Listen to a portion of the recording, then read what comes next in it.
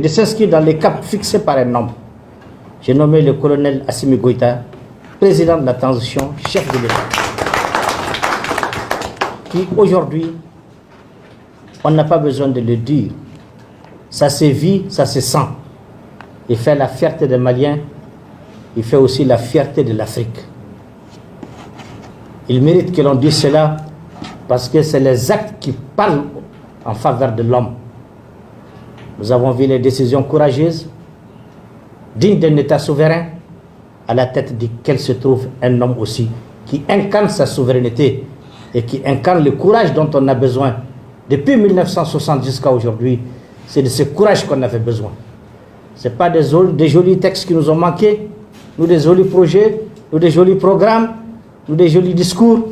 Ce qui nous a manqué depuis 60 ans, c'est un homme courageux qui ose incarner la dignité des Maliens, la souveraineté de l'État-nation du Mali, ces grands pays auxquels nous appartenons tous et que nous avons le devoir de préserver et de protéger. Aujourd'hui, par la grâce de Dieu, cet homme est là. Alors de quoi il a besoin? Il a besoin de rassemblement de tous les Maliens.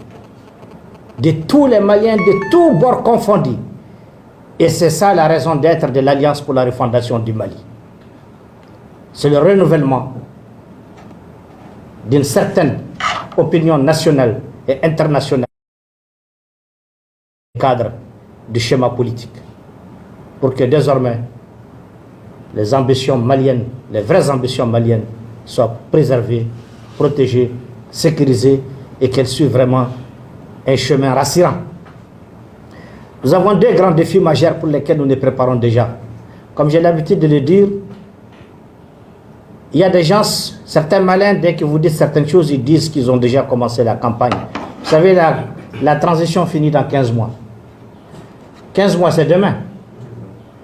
Si Dieu nous donne longue vie, 15 mois, c'est après-demain. Il y a beaucoup de travail.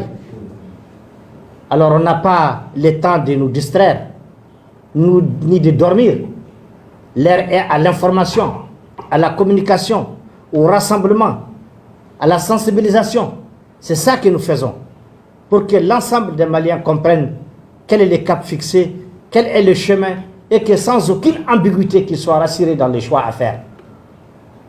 Nous avons deux grands défis majeurs. Le premier, c'est la réforme constitutionnelle. Vous le savez, vous êtes au courant que le processus de mise en place de notre nouvelle constitution, la nouvelle constitution qui va régir désormais le Mali Koura, le Mali de nos rêves, est en train d'être mise en place. Et après Dieu subhanahu wa ta'ala, cette mission incombe au peuple. C'est le peuple qui est souverain par rapport à cette mission. Donc, c'est dans 2 mois, c'est dans 3 mois, nous avons le devoir de nous mobiliser pour qu'elle ne souffre d'aucun problème de légitimité et qu'elle réponde véritablement aux attentes et aux aspirations du peuple malien dans sa majorité. Ça, c'est le premier défi. Le deuxième défi, c'est les élections présidentielles, c'est l'élection du président de la République. C'est aussi bientôt. Vous êtes d'accord avec moi qu'on ne peut pas s'offrir les luxes d'être distrait, de nous disperser, de ne pas être vigilant et donner l'occasion à un mauvais fils du pays.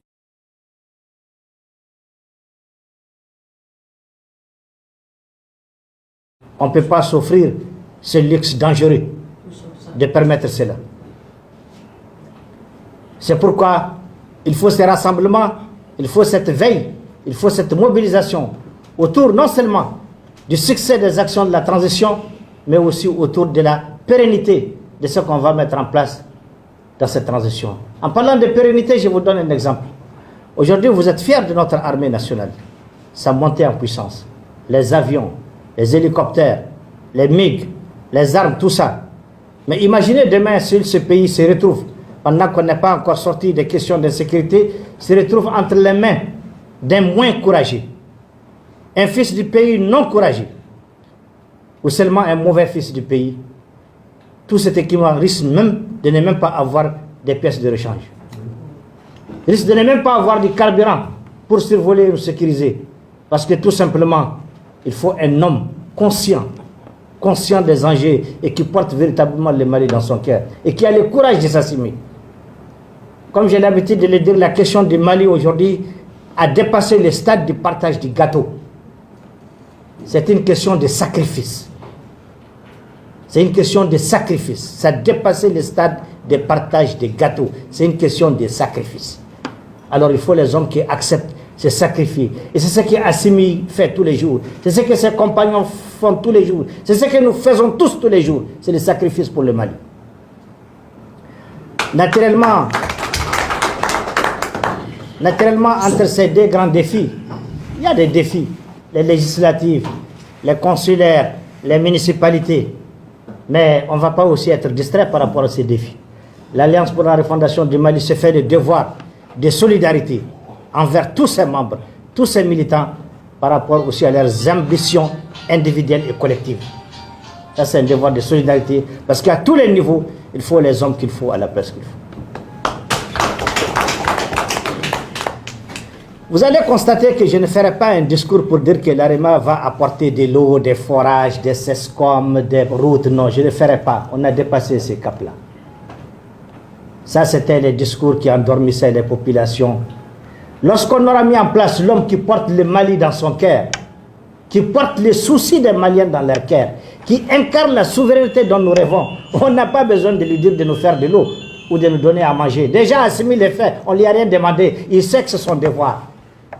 Il faut donner à boire, à manger, soigner, loger et créer les conditions de bien voyager pour les Maliens.